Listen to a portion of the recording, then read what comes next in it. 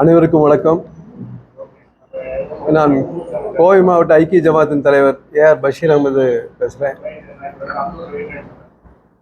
வரவிருக்கும் பாராளுமன்ற தேர்தலில் எல்லா இந்தியர்களும் ஓட்டு போடுவதற்கு வாய்ப்புள்ள அனைத்து இந்தியர்களும் ஓட்டு போட வேண்டும் அப்படிங்கிறது தான் இந்த கோரிக்கையாக இன்றைக்கு வச்சுருக்கோம்.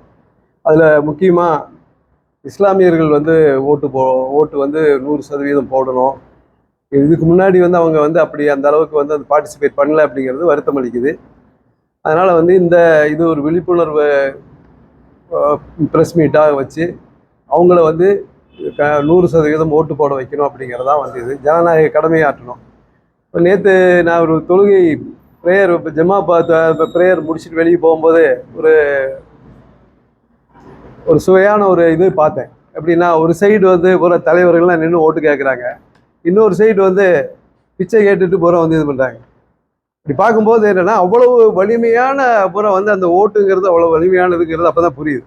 அவ்வளோ பெரிய ஆளுங்க, பெரிய கோடீஸ்வரெல்லாம் நின்றுட்டு பூரா அந்த ஒரு ஓட்டுக்காக அவங்க கேட்கும்போது அப்போ அவ்வளோ சிக்னிஃபிகன்ஸ் அதில் இருக்குது அப்படிங்கிறது தான் அதை வலியுறுத்தி அந்த நம்ம ஓட்டு நிச்சயமாக எல்லா இந்தியர்களும், குறிப்பாக எல்லா முஸ்லீம்களும் இந்த 100% ஓட்டு போட்டு நல்ல ஒரு ஆட்சியை தேர்ந்தெடுக்கணும் அப்படிங்கிறது தான் ஒரு குறிக்கோளாக இருக்குது.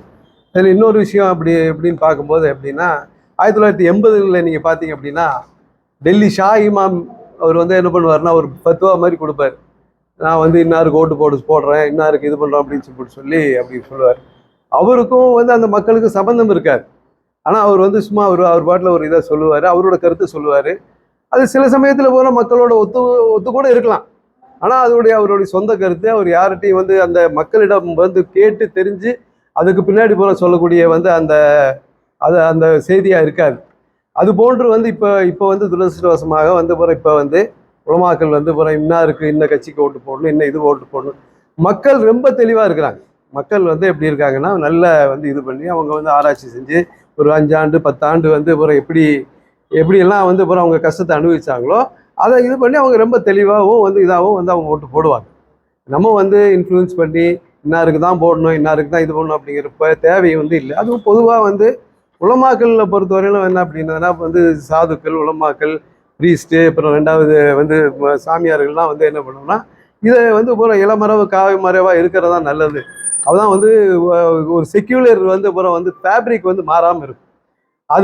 அதையெல்லாம் பூரா இது பண்ணிட்டாங்க அப்படிங்கிறதுனா போலரைசேஷன் ஜாஸ்தி ஆயிடும் அப்படிங்கிறது தான் எங்களுடைய இதாக இருக்குது. அதனால் அப்புறம் இன்னொரு இது என்னென்னா, அவங்க ஒரு இங்கே முஸ்லீம் இதில் சொல்கிறது மஷூரான்னு சொல்லுவோம். அதாவது கலந்து ஆய்வு செய்து அந்த கலந்து ஆய்வு செய்ததின் முடிவு பூரா அவங்க அதை அவங்க தெரிவிச்சிருந்தா பரவாயில்ல. அப்படியெல்லாம் எந்த விதமான கன்சல்டேஷனோ இதுவும் அவங்க செய்யாமல் தன்னிச்சையாக அவங்க இந்த மாதிரி பூரா அறிவிக்கிறது ஒரு நல்ல ஒரு ஜனநாயகத்துக்கும் இந்த போகிற செக்யூலர் ஃபேப்ரிக்கும் ஒரு நல்ல ஒரு முன்னுதாரணம் இல்லைங்கிறத இந்த நேரத்தில் தெரிவிக்கிறேன்.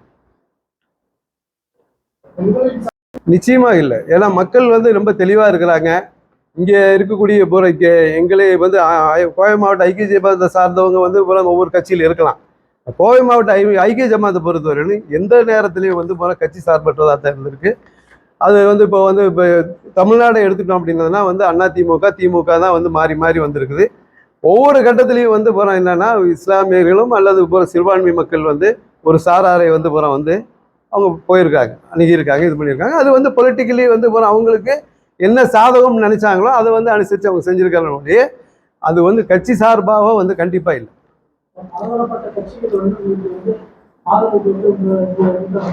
நிச்சயமா வருவாங்க. ஜமாத்து போற என்னன்னா, சிந்திச்சு நீங்க நீங்க உங்களுக்கு ஒரு இன்புட்ஸ் இருக்கு. மக்களுக்கு நீங்க என்னன்னா, இப்ப முந்தி மாதிரி இல்லை. சோசியல் மீடியா இருக்கு, இது இருக்கு, அது இருக்கு. அப்புறம் அவங்க பாதிக்கப்படுறாங்க. ஒவ்வொரு இதுலயும் என்னன்னா, ஒவ்வொரு இது நெஞ்சில வலி வருது, வலி இருக்கு. அந்த வலி வலியின் காரணமா தான் அவங்களுக்கு அந்த முடிவு எடுப்பாங்க இல்லைய. ஒரு இன்னாரு சொல்லித்தான் அவங்க முடிவு எடுக்கணுங்கிற அவசியம் மக்களுக்கு கிடையவே கிடையாது. சும்மா அது ஒரு சூப்பர்ஃபிஷியலா நம்ம நினைச்சுக்கிறோம். எல்லாமே அது ஒரு இன்ஃப்ளூயன்ஸா இருக்காதுங்கிறதா எங்களுடைய உங்களுடைய கருத்தாக இன்னைக்கு கோவையின் வளர்ச்சி ஒவ்வொரு கட்டத்திலையும் வந்து இது இப்போ நம்ம சொல்லலாம். அதிகபட்சமா வந்து நம்ம கோவைன்னு சொல்லிட்டு நீங்க ரொம்ப பர்டிகுலரா வேணும்னே கேட்குறீங்கிறது ஒத்துக்கிறேன். இல்லை பரவாயில்ல, அது எனக்கு வந்து ஏற்புடையது தான். வந்து இப்போ அப்படி அப்படி பார்க்கும்போது வந்து சென்ற அதிமுக ஆட்சியில வந்து கோவையின் வளர்ச்சி அதிகபட்சமா இருந்திருக்குங்கிறத மறுக்கவே முடியாது. யாருமே மறுக்க முடியாது. நானல்ல, கோவை மக்கள் அனைவரும் மறுக்க முடியாது.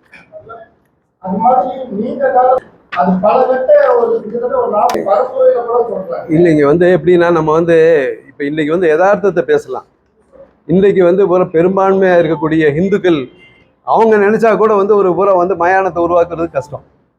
ஏன்னா எல்லாரும் வந்து ஆட்சேபனை பண்ண போறாங்க. அப்ப அந்த நேரத்துல வந்து என்னன்னா வந்து அதிமுக ஒரு இது கொடுத்தாங்க. இன்னைக்கு வந்து வந்து திமுக கூட வந்து ஒரு கபிரிஸ்தானை கொடுத்துருக்காங்க. அது வந்து பேலன்சிங் இதுதான், பேலன்சிங் ஆக்ட் தான். அதை நாம வந்து அவங்களுக்கு நன்றி செலுத்துறோம், இவங்களுக்கு நன்றி சொல்றோம், அவ்வளவுதான்.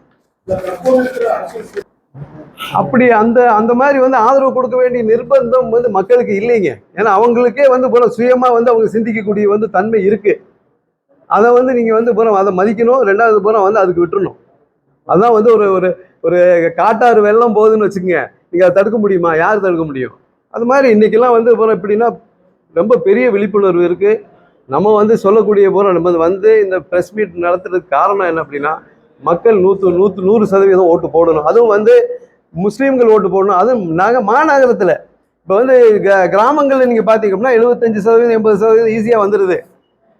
நகரங்கள்ல வந்து இந்த மக்கள் என்ன பண்றாங்கன்னா வந்து சோசியல் மீடியாவிலையும் அதுலயும் இதுலயும் வந்து ரொம்ப பொலிட்டிக்கல் பார்ட்டிசிபேஷன் இருக்கிற மாதிரி நினைக்கிறான் ஒழிய அவன் வந்து ஓட்டு போடுறதுக்கு அவன் வர்றதில்லை. 60% 55% தான் வந்து மாநகரங்கள்ல இருக்கு. இது தவறானது. அது வந்து எல்லா மக்களும் வந்து அதை புரிஞ்சு ஓட்டு போடணுங்கிறாங்க. பொதுவான வளர்ச்சி இப்போ வந்து எல்லா மக்களுக்கும் வந்து அடித்தட்டு மக்கள் அதிகபட்சமா அறுதி பெரும்பான்மையான மக்கள் வந்து என்ன வறுமை கோட்டுக்கு கீழே தான் இருக்காங்க. அந்த வறுமை கோட்டுக்கு கீழே இருக்கக்கூடிய மக்களுக்கு வந்து அவங்களுக்கு வந்து விலைவாசி, அவங்க வேலை வாய்ப்பு, அப்புறம் வந்து இன்ஃப்ராஸ்ட்ரக்சரல் வந்து டெவலப்மெண்ட்ஸ் இதெல்லாம் வந்து தேவைப்படுது. அதுல வந்து வந்து அப்போ யார் வந்து அதிகபட்சமா வந்து இது பண்றாங்களோ அவங்களுக்கு வந்து நம்ம வந்து ஆதரிக்கணுங்கிறதான் வந்து இல்லை. பொதுவாக சாரி ஃபார் இன்டர்பிரேஷன், ஜமாத் அப்படின்னாலே கட்சிகளுக்கு அப்பாற்பட்டது. இவர் வந்து திமுக, நான் அதிமுக, இவர் எந்த கட்சியும் சேராதவர், அவர் காங்கிரஸ் கட்சிக்காரர், இப்படி எல்லாருமே இருக்கிறாங்க.